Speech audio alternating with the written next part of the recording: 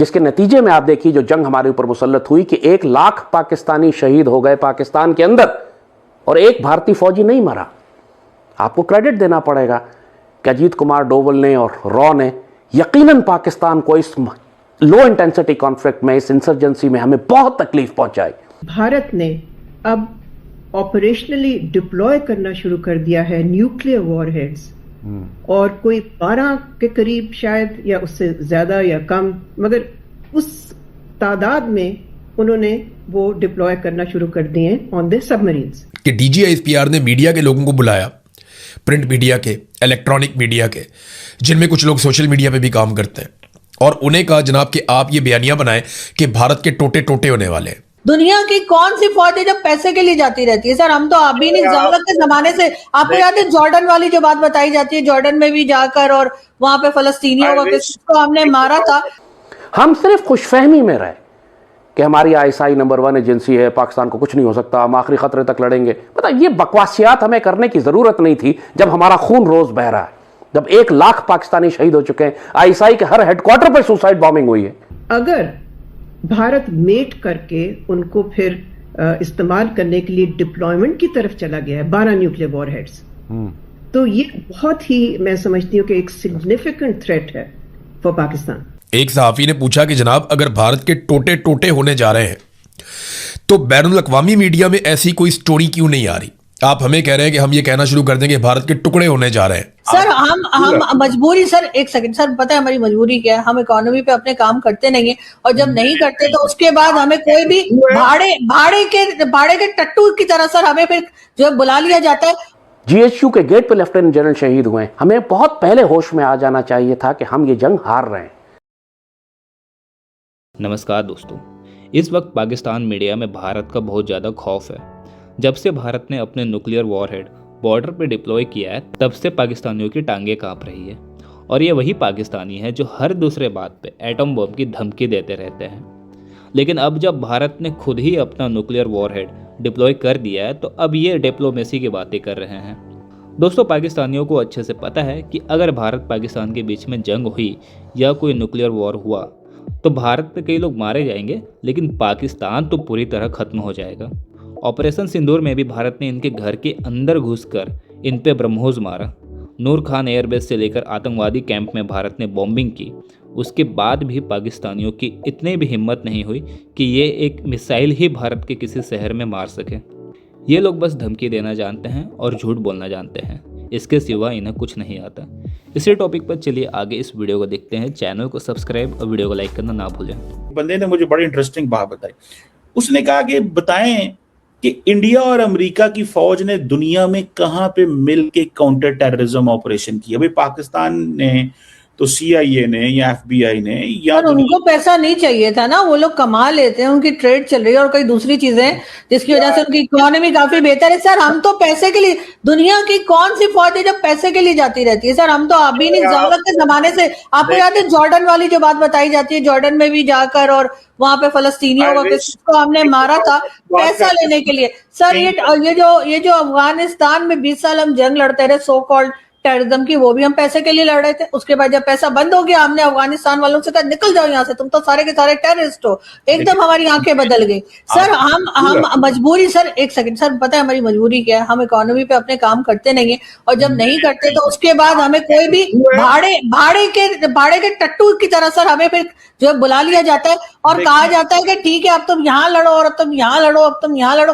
हमारी कोई काबिलियत नहीं। हमारे यहाँ से डॉक्टर, इंजीनियर्स, टीचर्स, किसी को कोई नहीं बुलाता दुनिया में। हमारे यहाँ से बुलाए जाते हैं कि इनको भेज दो लड़ने के लिए, हम बस लड़ने के लिए पैदा हुए हैं। अब जो इंडिकेशंस और रिपोर्ट्स आ रही हैं, क्रेडिबल रिपोर्ट्स, वो ये हैं, और वो पाकिस्तान के लिए एक इमर्जिंग स्ट्रेटेजिक थ्रेट है।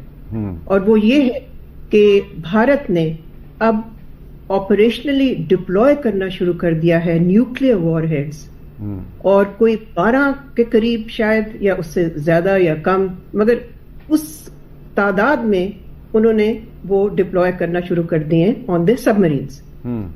और ये इंफॉर्मेशन आई है सिप्री से, फ्रॉम स्वीडन, और उसके मुताबिक अगर ये होता है तो जाहिर है this is a reversal of India's policy, nuclear policy. India और पाकिस्तान ने दोनों न्यूक्लियर वेपन स्टेट्स हैं, मगर दोनों ने हमेशा वॉरहेड्स और मिसाइल्स जो हैं वो सेपरेट रखें, अनमेटेड रखें। अगर भारत मेट करके उनको फिर इस्तेमाल करने के लिए डिप्लॉयमेंट की तरफ चला गया है 12 न्यूक्लियर वॉरहेड्स, तो ये बहुत ही, मैं समझती हूँ कि एक सिग्निफिकेंट थ्रेट है फॉर पाकिस्तान। बिकॉज लगता फिर ये है कि वो किसी किस्म की एक तो डिटेरेंस पॉलिसी जो है उसको फॉर्मली तो नहीं तब्दील कर रहे हैं मगर ऑपरेशनली तब्दील कर रहे हैं, और पाकिस्तान के लिए फिर जाहिर है जो थ्रेट स्पेक्ट्रम है वो बिल्कुल तब्दील हो जाता है। Because Pakistan continues to believe in recessed deterrence, यानी कि ताकि एक क्राइसिस में एक लॉन्ग फ्यूज हो, शॉर्ट फ्यूज ना हो। India is shortening the fuse. मैं आपको बताने वाला हूं कि DGISPR की जो मुलाकात हुई आज से चंद दिन पहले सहाफ़ियों के साथ, उसमें से मैंने आज कुछ खबरें निकाली। ये बिल्कुल ऑफ द रिकॉर्ड मुलाकात थी। उसमें DGISPR ने सहाफ़ियों पर दबाव डाला कि फ़लानी चीज़ें आपने करनी है, और सहाफ़ियों ने उसके हवाले से सवालात किए। कुछ सवालात बड़े सख्त भी हुए और DGISPR के पास उनका कोई जवाब नहीं था। अब मैं आपके सामने रखूंगा कि सहाफ़ियों के साथ DGISPR की क्या बातचीत हुई और किस तरीके से बातचीत हुई।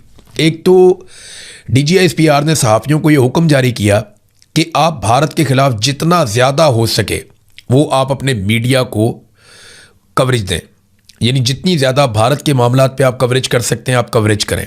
और DGISPR ने जो दावा किया वो ये था कि भारत बहुत जल्दी टुकड़े टुकड़े होने जा रहा है। आपने टीवी चैनल्स पर यही बताना है कि भारत के टुकड़े होने जा रहे हैं और भारत कई हिस्सों में टूटने वाला है और भारत के पास कुछ भी नहीं बचेगा, वो बुरी तरह तबाही के दहाने पर पहुंच गया। अब ये DGISPR ने मीडिया को जो ब्रीफिंग दी, जो बातचीत उनके साथ की, उसमें ज़्यादा चीज़ें उन्होंने भारत के हवाले से की। और ये अभी ये जो वाक़यात हुए ना क्वेटा में या बलूचिस्तान में जो वाक़यात हुए, ये उन वाक़यात से पहले की बात है कि DGISPR ने मीडिया के लोगों को बुलाया, प्रिंट मीडिया के, इलेक्ट्रॉनिक मीडिया के, जिनमें कुछ लोग सोशल मीडिया पे भी काम करते हैं, और उन्हें कहा जनाब कि आप ये बयानियां बनाएं कि भारत के टोटे टोटे होने वाले हैं, बेड़ा गर्क होने वाला है भारत का। तो अब सहाफ़ियों ने कुछ सवालात किए जिनके बिल्कुल उनके पास जवाब नहीं थे। एक सहाफ़ी ने पूछा कि जनाब अगर भारत के टोटे टोटे होने जा रहे हैं तो बैनुल अक़वामी मीडिया में ऐसी कोई स्टोरी क्यों नहीं आ रही? आप हमें कह रहे हैं कि हम ये कहना शुरू कर देंगे भारत के टुकड़े होने जा रहे हैं, लेकिन हमारे पास ऐसी कोई कंफर्म इत्तला नहीं है या भारत से ऐसे कोई ऑप्टिक्स नहीं आ रहे, ना ही इंटरनेशनल मीडिया ऐसी कोई स्टोरी रिपोर्ट कर रहा है। तो हम ये कैसे कह दें जब इंटरनेशनल मीडिया ये नहीं कह रहा, किसी तरफ से कुछ ऐसी खबर नहीं आ रही? तो इस पे DGISPR के पास जवाब नहीं था। वो यही कह रहे थे कि मैं आपको बता रहा हूं ना, भारत के टुकड़े टुकड़े होने जा रहे हैं, उनकी पॉलिसियां बहुत ख़राब हैं, उनका बेड़ा गर्क होने जा रहा है। तो आप ये खबरें चलाएं अपने मीडिया के ऊपर, आप बताएं भारत का असल चेहरा पूरी दुनिया को। ये वो बार बार कह रहे थे। एक सहाफ़ी ने वहाँ पे, गालिबन ये कोई प्रिंट मीडिया के जर्नलिस्ट हैं, उन्होंने कहा जनाब कि टीवी चैनल्स तो टके टोकरी हो गए हैं पाकिस्तान में और मीडिया की अहमियत ख़त्म हो गई है। सोशल मीडिया के ऊपर अगर आप बात करते हैं तो भारत जो है वो उसको महदूद कर देता है, रिपोर्ट भी करता है। तो यहाँ अब आप अपना बयानिया कैसे चलाएंगे? मीडिया की तो क्रेडिबिलिटी ख़त्म हो गई। पाकिस्तान के मीडिया को तो लोग अब सुनते ही नहीं, हम अपनी मर्जी से कोई खबर दे ही नहीं सकते। तो जब हम ये खबरें देंगे तो लोग इनका असर ही नहीं लेंगे। जब ये कहा गया तो DGISPR ने कहा जी आपको सिर्फ अपनी फिक्र रहती है, आप कुर्बान कर दें अपने चैनल्स और आप पाकिस्तान की खातिर इतना नहीं कर सकते, तो आपको भारत के खिलाफ बात करने में क्या प्रॉब्लम है? तो वो और तरफ ले गए मामले को।